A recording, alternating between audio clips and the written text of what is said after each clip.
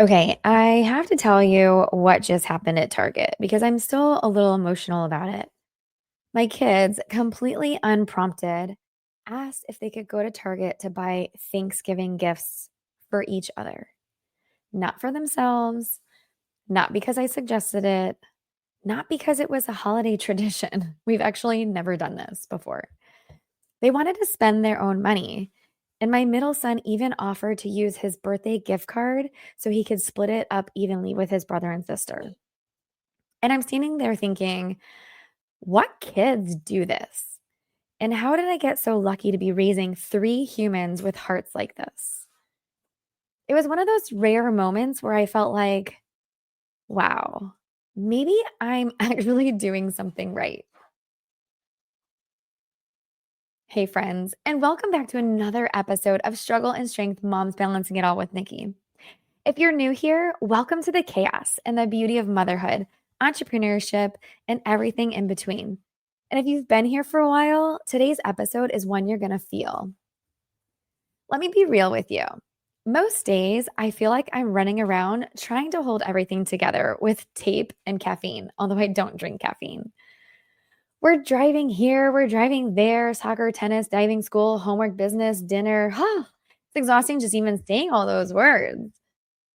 And you start asking yourself, am I doing enough? Are they learning the right things? Are we raising good humans or just exhausted ones? And sometimes it feels like we're failing because we're stretched thin, we're overwhelmed, we're tired. And sometimes their behavior, let's be honest, it's not exactly what we want to see.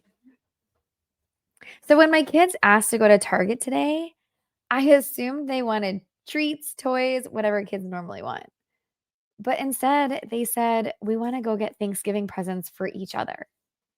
And I'm like, wait, what? And then my middle son, my sweet, empathetic little guy, pulls out his birthday gift card and says, I'll use this and I'll split it with both of you so we can all get something for each other. I'm telling you, I almost cried right in the middle of everything. And in that moment, something hit me hard. We spend so much time talking about grades, behavior, wins, losses, accomplishments, and sometimes we forget the most important thing. Are they kind? Are they thoughtful? Are they generous when no one's watching? And on the way to Target, they showed me the answer. I didn't teach that moment.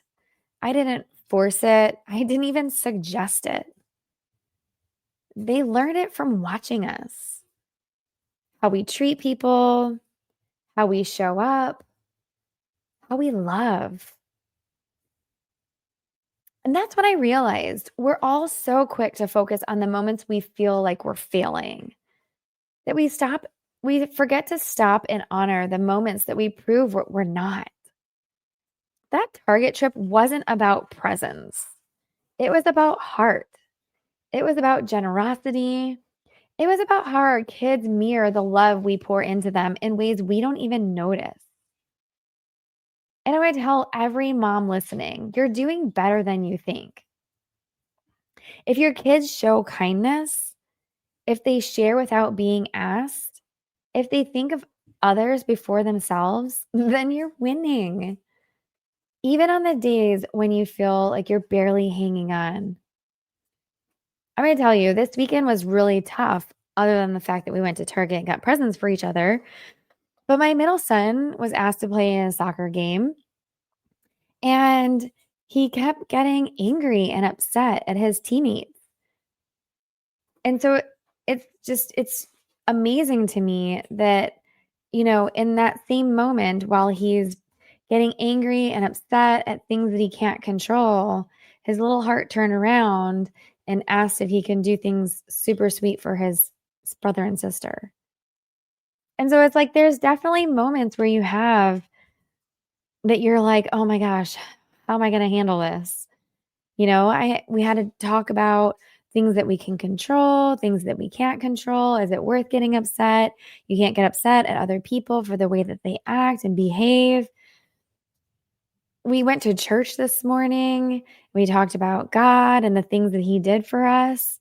He's up there on the cross. He's got his nails and his hands and feet, nails on the cross, talking about he wanted us to have the life that we have where we're giving to others and we're thinking of others first. We're putting others before ourselves.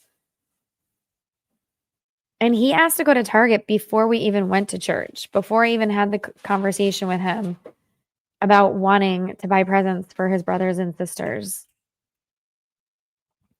And so it's even moments like that where even though you think, oh my gosh, where did I fail? Their hearts are full of incredible moments that we have to cherish because I never even imagined. I mean, Thanksgiving, buying presents for each other, but in that way, in that sense, they're wanting to be thankful for each other and give each other gifts. And I think that's the sweetest thing that they could do because, Thanksgiving, we just eat turkey and we go do the turkey trot. But now they have excitement. They loved going to the store and buying presents for their brothers and sisters. And so this episode really isn't about my kids. It's about you. Because I want you to hear this. Those small moments, the ones that take you by surprise, those are proof that your love is working, not your perfection, not your color-coded calendar, not your clean kitchen, your love, your model, your presence.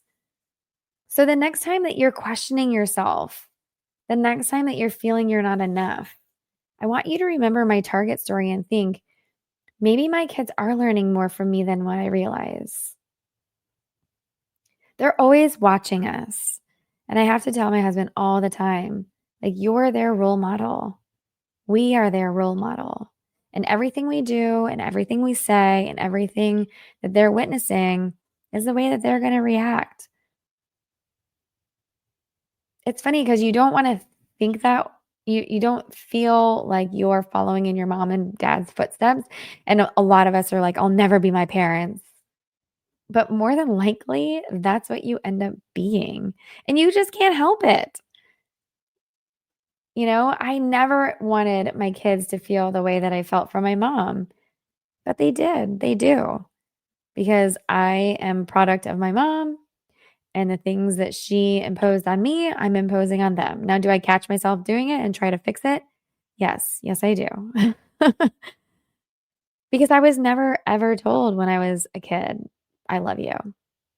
That I can remember. My family wasn't emotional. I had 3 brothers.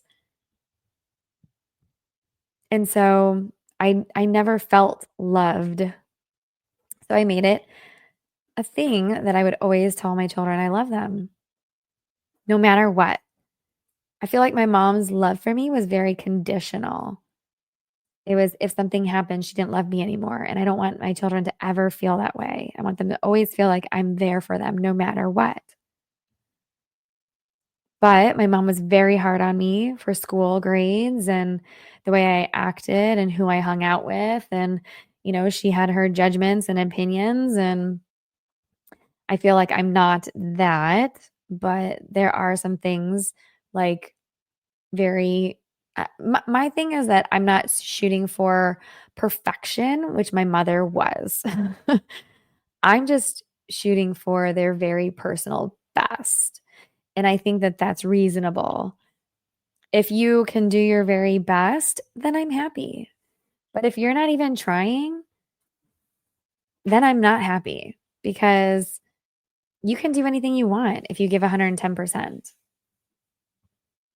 And so there's things, of course, that we want to fix that we don't become like our parents.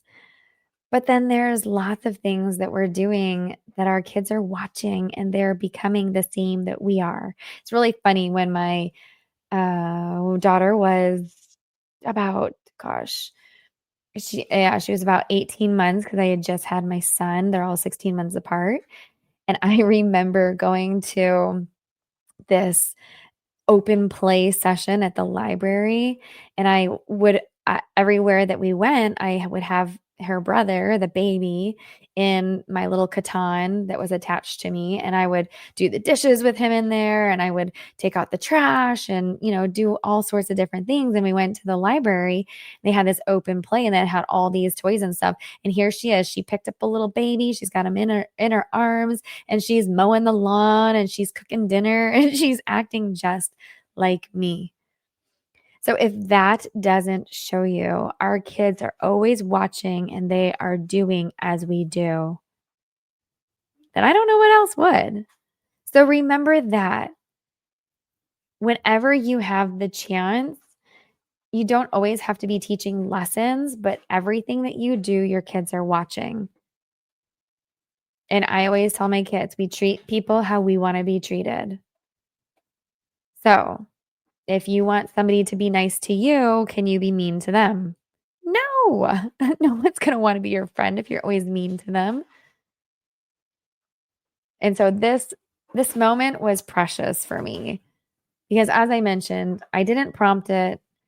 I was sitting in my office when my middle son came and asked me if I could take him to Target to buy presents for his brother and sister. And it was the sweetest thing. And of course, I want to, although Thanksgiving's a couple weeks away still, but still, I wanted to acknowledge his kindness and his generosity. And so today we went, and all three of them bought their gifts and they were super excited. And they're even wrapping them now, which I think is amazing because they're so excited to give their brother and sister love. So if you ever had a moment like this, a moment where your kids shocked you with their kindness, I want you to comment, message me on Facebook, share your Target moment with me. Let's celebrate the quiet victories we don't give ourselves enough credit for. And if this episode gave you something today, please share it with another mom who needs this reminder.